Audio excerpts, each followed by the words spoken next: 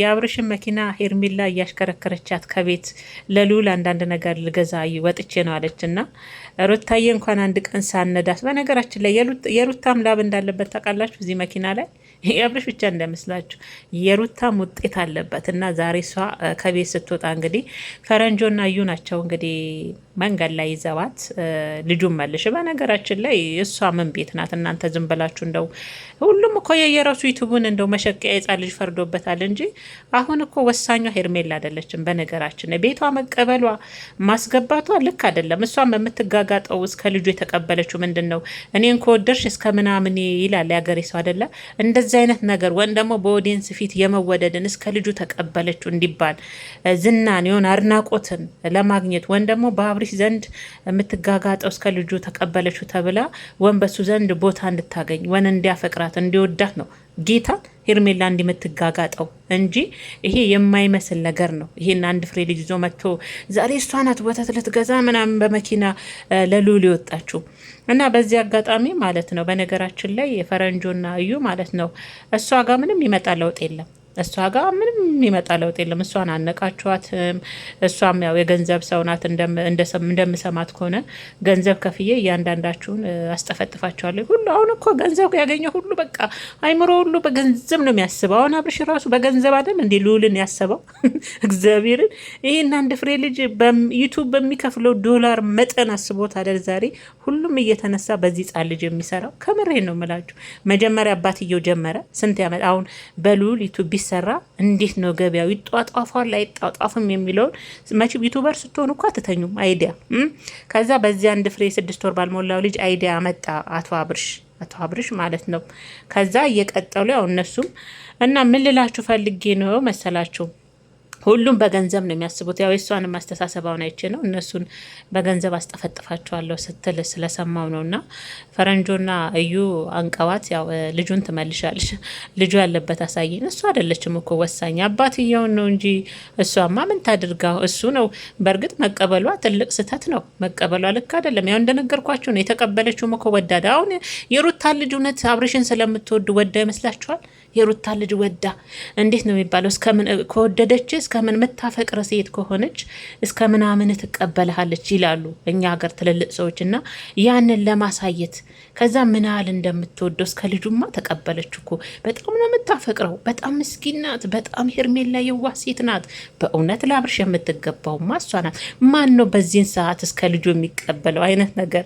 ያንን እኮ ጫጫታ ፈልጋ ነው። ከዛ ለአብርሽም ደግሞ ያው ፍቅሩን እንዲገልጽላት መጋጋጧ ነው እንጂ አሁን እውነት ሄርሜላ የሩታ ልጅ ወዳ የሩታ ልጅ ከዛ አባትየው ደግሞ ያው ዶላር ማምጫ ዋና አይዲያ መንገድ ልዑልን አደረገውና ታርጌቱ ጻኑ ልጅ የ6 ወር ልጁ ላይ አነጣጠረና ያው አሁን ሁሉም እየመጣ በሱ ነው።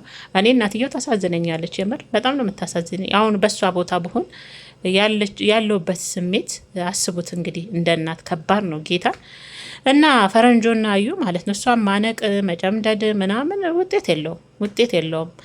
እሱን እናንተም ደግሞ ወንድ ከሆናችሁ ሄዳችሁ ቤት ድረስ ቤቱን ታቋላ።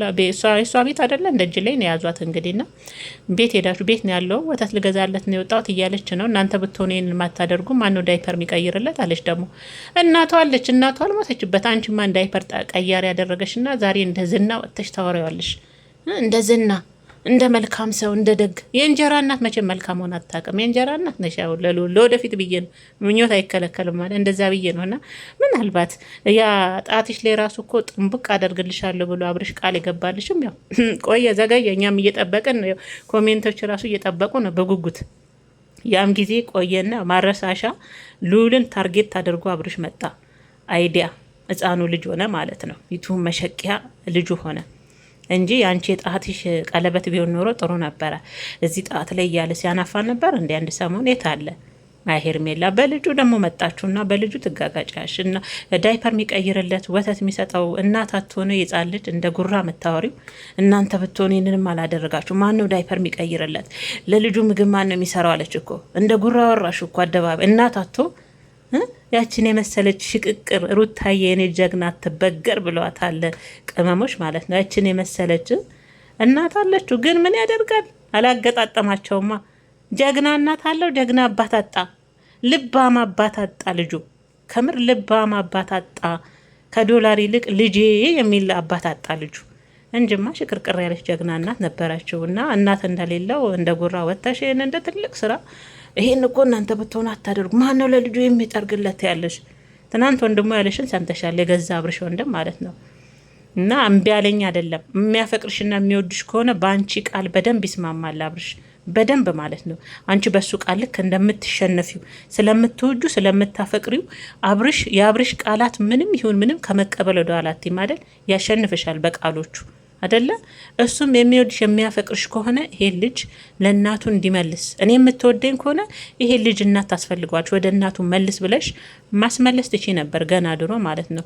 ግን አይወድሽም፣ አያፈቅርሽም። ሄርሜላ እናቴን ስለማይወድሽ ነው እንጂ ቃልሽን ያከብርና ይሰማሽ ነበር የፈለገ ነገር ቢሆን፣ ልክ ያልሆነ ነገር ስለሆነ ማለት ነው። እና ለማንኛውም ብቻ የእውነት ቤተሰቦቼ እኔ የህፃኑ ነገር ሳስበው እግዚአብሔርን በተለይ እኔ እንጃ ከባድ ነው። እንደው አንዳንዴ በቀደም ብያቸዋለሁ አለ ምን አለ እንደው ከነዚህ ከነጋዴዎች ባይወለድ። ይሄ ንግድ እኮ ነው እናቴ ትሞት ንግድ። በቃ በዚያ አንድ ፍሬ ልጅ ንግድ ነው እኮ ያዙት። በቃ አጧጥፈውታል። እነዛም ሄደው እሷን የሚያንቋትም ንግድ ነው፣ የቱ ንግድ ነው። እዛ ጋም ሄዶ ልጁን መልሻት መልሽ፣ ሁሉም ከአብርሽ እህት ጀምሮ እግዚአብሔርን ንግድ ነው ያዙት ብታቸው ጠቅላላቸው እንጂ አሁን የሩታ ልጅ መመለስ በዚህ ልክ ከባድ ሆኖ ነው ከባድ። አብርሽ ምን ነው ከሀገር በላይ ነው እንዴ? ከመንግስት በላይ ነው እንዴ? መንግስት ባለበት ሀገር፣ ህግ ባለበት ሀገር ለአብርሽ አንድ ፖሊስ አይበቃውም? አንድ ፖሊስ አይበቃውም ልጁን ለማስመለስ? ያውም እኮ አግባብ ያልሆነ ስራ ነው እየሰራ ያለ ነው። ልክ ያልሆነ መንገድ ነው አብርሽ እየሄደ ያለው። ከህግ በላይ እኮ ነው። አብርሻውን ያመጥቶ ልጁን እንዲመልስ ያለበትን አሳይን። ያም ልጁን ይመልስ። እህትም ወንድምም ጓደኞቹም ንግድ እንጂ አብርሽ ከሀገር በላይ አይደለም፣ ከመንግስት ከህግ በላይ ሆኖ አይደለም። እና ብቻ ያስጠላል የእውነት። ግን በመልካም ነገር ዩቱብ መንደሩን ብታጧጥፉት ደስ ይለን ነበር። እግዚአብሔርን በጥሩ ነገር በቃ የለም አለ አይደል የሆነ አይዲያ ፈጥራችሁ ምናምን ጥሩ ነገር ትውልዱን የሚያስተምር ነገር። ይሄ ዛሬ እናንተ ለዚህ ለዩቱብ ዶላር ብላችሁ የምትሰሩት ነገር ነገ ልጁ አይምሮ ላይ ምን አይነት ጠባሳ እንደሚፈጥር ምን አይነት ተጽዕኖ እንደሚፈጥር እግዚአብሔርን ነው የምላችሁ። እነሱ ዛሬ ያዩት ዩቱብ የሚያመጣላቸውን የሚያስገባላቸውን ገቢ ነው። ነገ ግን እዚህ ልጅ ላይ አድጎ ምን አይነት ተጽዕኖ አይምሮ ላይ እንደሚያሳድር እውነት ምን አይነት ስነ ልቦናው እንዴት እንደሚጎዳ አድጎ ይህን ቪዲዮ ሲያይ እናቴ እንዲህ አባቴ እንዲህ ነበር በእኔ እንዲህ እያለ አይምሮ ላይ ምን አይነት ትልቅ ነገር እንደሚጭርበት ሲያድግ፣ እነሱ ዛሬ የሚመጣውን ገቢያቸውን ነው እያሰቡ ያሉት ጠቅላላቸውን። እና የእውነት ይደብራል። እኔ ይሄ ልጅ ወደ እናቱ ተመልሶ ብቻ አይቼ ይሄ ነገር መቋጫ የለውም ብላለች እህትዬ። እውነቷን ነውና መቋጫ የሌለው ታሪክ እናቴ ትሙት እንዴ! ታሪክ ረጅም ታሪክ እኮ ነው የሆነብኝ እኔ በተለይ አብርሽና የሩታ ነገር ግራ የሚያጋባ ማለት ነው። እና ለማንኛውም ፈረንጁና እዩ ማለት ነው እሷን ማነቅ እሷንም መምታት ይሄ ተገቢ አይደለም። ከቻላችሁ ራሱን ወንዱን ኮኪውን አንቃችሁ ሩታን የምትወዳ ከሆነ በነገራችን ላይ ፈረንጁ አንረሳም። ባለፈ ሩታን ያስለቀስካትን በውሸት ከደስታ ጋር መተ ያው ደግሞ ያላችሁትም ሆነ አባቱም ቢሆን የወሰደው ያላችሁትም እናንተም አይዲያን የሰጣችሁት ለነገሩ ላብርሽ። ሁላችሁም እኮ የምታመጡት ነገር እርስ በርስ አይዲያ ነው የምትሰጣጡት። አይዲያ ትሰጣጣላችሁ እርስ በርስ። እናንተ አይዲያ መጣችሁ፣ ከዛ አብርሽ ቀጠለ፣ በእንደዚህ አይነት ምክንያት ልጁን ወሰደ። አይዲያ እርስ በርስ ትሰጣጣላችሁ ማለት ነው። እና ከቻላችሁ ራሱን ባለቤቱ አባቱን ከቻላችሁ ምናልባት መቀመችም ችላችሁ እኔ እንጃ እንደው ተፋጣችሁም ቢሆን ማለት ነው። እና አንዳንዴ ሁላችሁም ስትንጨረጨሩ ሳይ አብርሽ ምን ነው ከህግ በላይ ነው እንዴ? ሀገር ውስጥ ህግ የለም እንዲህ እስከሚያስብል ነው እኮ አሁንማ። ሌላው ደግሞ እንደዚህ ቪዲዮ እየተቀረጸ የሚሰሩ ወንጀሎች መንግስት እንዴት ነው ዝም ያለው? አሁን ለምሳሌ ሴት ልጅ ማነቅ፣ ወንዱ ቪዲዮ እየቀረጸ ወንዱ መደብደብ ምናምን ቪዲዮ ማስረጃ ይዛችሁ ነው ምትለውስ እየነገራችሁ ነው የምትሰሩት። እኔ እኮ አንዳንዴ ግራ ይገባኛል የምን ምክንያቱም ህግ የሚፈቅደው የማይፈቅደው ነገር ይሄ ምንድነው? ትውልዱን ቪዲዮ እየቀረጸ ወንጀል እንደሚሰራ ማበረታቻ ነው ወጣቱን ማለት ነው።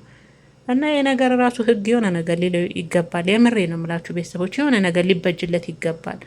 ምክንያቱም ወጣቱ እነሱ በሚያገኙት ገንዘብ ልክ ነው አስተሳሰባቸው። ግን የወጣት ቪዲዮም ለካ እየተቀረጸ ወንጀል መስራት ይቻላል አይነት ሴትን መደብደብ፣ ወንዱን እንዲህ ማድረግ፣ ማገት፣ ማንገላታት፣ ልጅን መውሰድ፣ መስረቅ አይነት ነገር እያስተማረ ነው አንዳንድ ቪዲዮቸው ማለት ነው ለወጣቱ እና ብቻ ከባድ ነው ቤተሰቦች፣ የምር ይደብራል፣ ይሰለቻልም። ከምሬ ነው ምላችሁ።